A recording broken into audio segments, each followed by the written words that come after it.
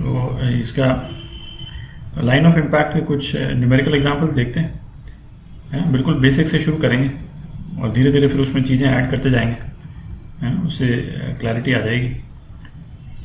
तो ये बॉल है ना, और ऊपर से ड्रॉप कर गई, ऊपर से ड्रॉप किया और फिर यहाँ पे आ गई, ठीक है।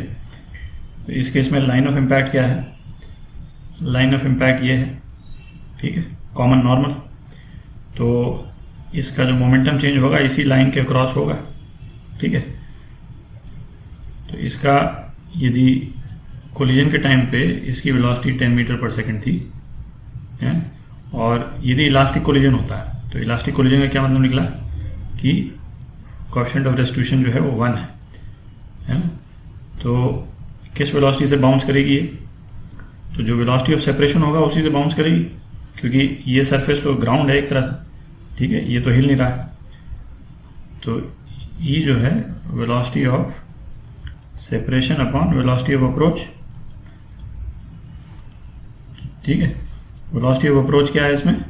10, और वेलोसिटी ऑफ सेपरेशन यदि मैं इसको v मान लेता हूँ, है ना, v वेलोसिटी से यदि ये वापस बाउंस करती, u से आई थी और v से बॉल बाउंस करती, तो v कितना हो जाएगा? 10 इंटू 1 E1, तो 10 मीटर पर सेकंड हो गया, ठीक है। अच्छा, यदि कोएफिशिएंट ऑफ रेस्टिट्यूशन इसी केस में यदि E 0.6 होता तो वेलोसिटी ऑफ बाउंस कितना हो जाता? 10 इंटू 0.6, 6 मीटर पर सेकंड से ये बॉल बाउंस कर जाती, ठीक है। अब ऐसा करते हैं, इस बॉल को, ये तो वर्टिकली नीचे गिर रही थी, अपन इसको बगल से गिरा करके देखते हैं क्या होता है। तो अब ये बॉल जो है वो, इसकी इनिशियल वेलोसिटी वही है ना, 10 मीटर पर सेकंड। ये एंगल 37 डिग्री से आ रही, ठीक है। अच्छा, ये और फिर उसके बाद में यहाँ पे स्ट्राइक कर गई, ठीक है। ये येलो लाइन जो है वो आपका लाइन ऑफ इम्पैक्ट है, क्यों? क्योंकि कॉमन नॉर्मल है। तो इस केस में क्या है? लाइन ऑफ इम्पैक्ट और लाइन ऑफ मोशन, है ना, इसके बीच में एक एंगल है, ठीक है। ये लाइन ऑफ इम्पैक्ट और लाइन ऑफ मोशन के बीच में एंगल है। तो जब भी इस टाइप का सिचुएशन हो तो सबसे पहले जो भी इनकमिंग बॉडी, बॉल जो भी आ रही है, उसकी वेलोसिटी को हम दो डायरेक्शन में रिजॉल्व कर लें, है कि नहीं। एक तो along the line of impact और एक perpendicular to line of impact. तो जैसे इसकी वेलोसिटी जो है वो इस डायरेक्शन में आ रही है कि नहीं, और ये है आपका 37 डिग्री। तो यदि ये u है तो u cos थीटा तो लाइन ऑफ इम्पैक्ट के अलोंग हो गई वेलोसिटी, और u sin theta line of impact के परपेंडिकुलर हो गई, ठीक है। तो ये तो अपन ने सबसे पहले कर लिया। तो इस केस में u cos 37 ये हो गया आपका 10 इंटू 4/5, ये हो गया 8 मीटर पर सेकेंड, और u sin 37 जो है ये हो गया आपका 6 मीटर पर सेकेंड, ठीक है। अच्छा, अब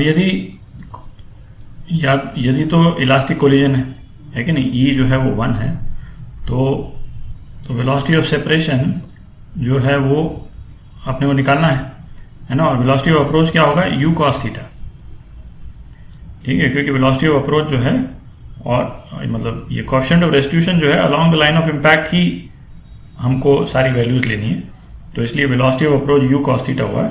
तो velocity of separation along the line of impact वो कितना हो गया? u cos थीटा, मतलब जिस वेलोसिटी से बॉडी आई थी उसी वेलोसिटी से बॉडी वर्टिकल डायरेक्शन में रिबाउंड कर गई, ठीक है, u cos थीटा। और ये u sin थीटा जो है ये अनअफेक्टेड रहेगा, क्योंकि इस डायरेक्शन में कोई भी इंपल्स नहीं है, ठीक है। तो अब u cos थीटा मतलब जिस वेलोसिटी से बॉडी आई उसी से यदि रिबाउंड कर गई, तो बॉडी जो है वो रिबाउंड करने वाली बॉडी वर्टिकल एक्सिस से 37 डिग्री बना देगी, क्योंकि किसी भी वेलोसिटी में मैग्नीट्यूड में तो कोई चेंज हुआ ही नहीं। तो जिस एंगल से बॉडी आई उसी एंगल पे रिबाउंड कर जाएगी, ठीक है। अच्छा, अब कोएफिशिएंट ऑफ रेस्टिट्यूशन को चेंज कर देते हैं। अच्छा, कोएफिशिएंट ऑफ रेस्टिट्यूशन सपोज हम 0.6 कर देते हैं, तो बॉडी किस वेलोसिटी से बाउंस करेगी? वेलोसिटी ऑफ सेपरेशन, ठीक है। वेलोसिटी ऑफ अप्रोच तो सेम ही रहेगा, u cos थीटा। तो v सेपरेशन जो है वो कितना हो जाएगा? ये अपॉन 8, तो वेलोसिटी ऑफ सेपरेशन आ जाएगा 4.8 मीटर पर सेकंड। ठीक है, तो अब जो है वो बॉडी की वेलोसिटी वर्टिकल डायरेक्शन में 4.8 हो गई। 4.8 इधर है और u sin थीटा ये तो यूं का यूं रहेगा, ये जो है ये यूं का यूं रहेगा 6 मीटर पर सेकंड। ठीक है, तो अब जो है ये एंगल ऑफ रिबाउंड यदि हमको निकालना है, ये एंगल ऑफ रिबाउंड था जो पिछली बार 37 डिग्री निकला था, ये एंगल चेंज हो जाएगा। इस एंगल को यदि अल्फा हम कर देते हैं तो ये 4.8, तो ये कितना हो गया, tan अल्फा कितना हो गया 6/4.8, तो कितना हो गया 5/4। तो अल्फा कितना आ गया, तो कितना हो गया 51.3 डिग्रीज। ठीक है,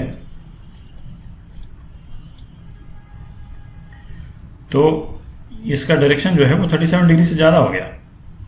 बेसिकली इस डायरेक्शन में बॉल रिबाउंड करेगी और ये जो है वो 57 डिग्री हो जाएगा। ठीक है, ये यदि 0.6 है। अच्छा, इसका एक और वेरिएशन करते हैं। अच्छा, यदि वो बोले कि कोलिजन जो है वो कंप्लीटली इनइलास्टिक है, कंप्लीटली इनइलास्टिक।